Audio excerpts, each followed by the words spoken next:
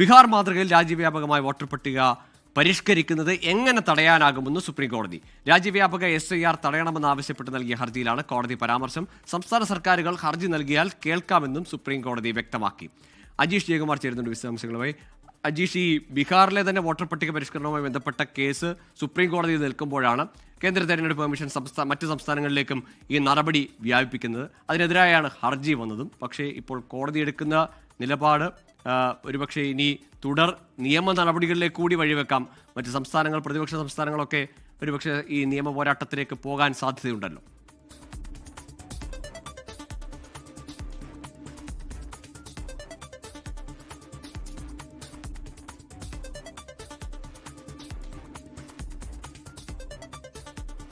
രാജ്യവ്യാപകമായി SIR നടപ്പാക്കുന്നതിനെതിരായ ഹർജികൾ പരിഗണിക്കുമ്പോഴാണ് supreme കോടതിയുടെ ചോദ്യം. എങ്ങനെ വോട്ടർ പട്ടിക പരിഷ്കരണം തടയാനാകുമെന്നതാണ് കോടതി ഉന്നയിക്കുന്ന ചോദ്യം. മുമ്പ് ബീഹാറിലെ വോട്ടർ പട്ടിക പരിഷ്കരണവുമായി ബന്ധപ്പെട്ട് അതിന് ഹാജരാക്കേണ്ട രേഖകളുമായി ബന്ധപ്പെട്ടൊക്കെയുള്ള ആക്ഷേപങ്ങൾ, വ്യവഹാരങ്ങളൊക്കെ നടക്കുന്ന ഘട്ടത്തിൽ തന്നെയാണ് സുപ്രീം കോടതിയിൽ ഈ കേസുകൾ മുന്നോട്ട് പോകുമ്പോൾ തന്നെയാണ് കേന്ദ്ര തെരഞ്ഞെടുപ്പ് കമ്മീഷൻ രാജ്യവ്യാപകമായി മറ്റ് സംസ്ഥാനങ്ങളിലേക്ക് ഈ വോട്ടർ പട്ടിക പരിഷ്കരണ നടപടികളുമായി മുന്നോട്ട് പോകുന്നത്.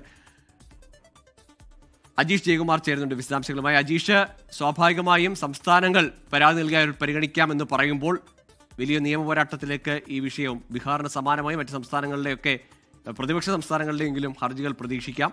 അങ്ങനെ തുടർ നിയമ നടപടികളിലേക്ക് പോകുമെന്ന സൂചനയാണ്.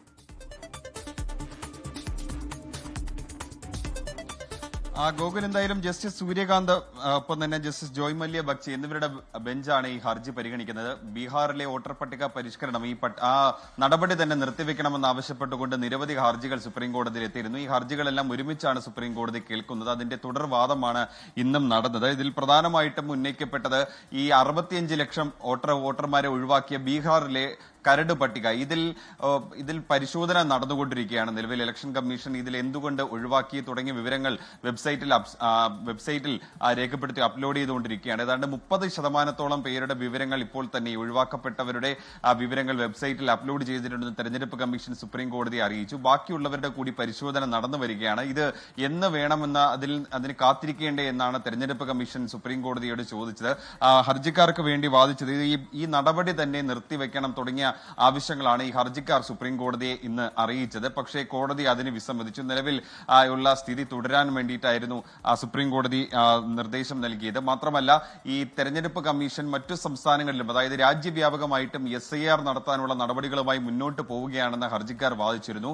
അങ്ങനെയാണെങ്കിൽ ഈ കോടതി പറഞ്ഞത് മറ്റു സംസ്ഥാനങ്ങൾക്ക് എന്തെങ്കിലും ആക്ഷേപങ്ങൾ ഉണ്ടെങ്കിൽ അവരും ഹർജി നൽകാനാണ് കോടതി ആവശ്യപ്പെട്ടത്. അവരുടെ അഭിപ്രായം കൂടി കേൾക്കാമെന്നും കോടതി പറഞ്ഞിട്ടു. പക്ഷേ ഇതിലൊരു ഇടക്കാല ഉത്തരവൊന്നും കോടതി പുറപ്പെടുവിക്കാൻ തയ്യാറായില്ല. നിലവിലുള്ള സ്ഥിതി എന്തായാലും വോട്ടർ പട്ടിക പരിഷ്കരണമായി ബീഹാറിൽ നടത്തുന്ന ഇതിന്റെ പരിശോധനകളെല്ലാം തുടരും. ഒക്ടോബർ 7-നായിരിക്കും ഇനി അടുത്ത് ഈ കേസ് വീണ്ടും പരിഗണിക്കുക.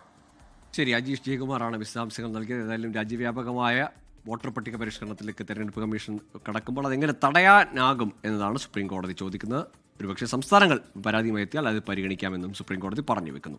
ലോകത്തെവിടെയായാലും ഏത് സമയത്തും 24 വാർത്തകളും ഓഗ്മെന്റഡ് റിയാലിറ്റി പാക്കേജുകളും എക്സ്പ്ലെയിനറുകളും വിശദമായി കാണാൻ ഞങ്ങളുടെ യൂട്യൂബ് ചാനൽ നിങ്ങൾക്ക് സബ്സ്ക്രൈബ് ചെയ്യാം.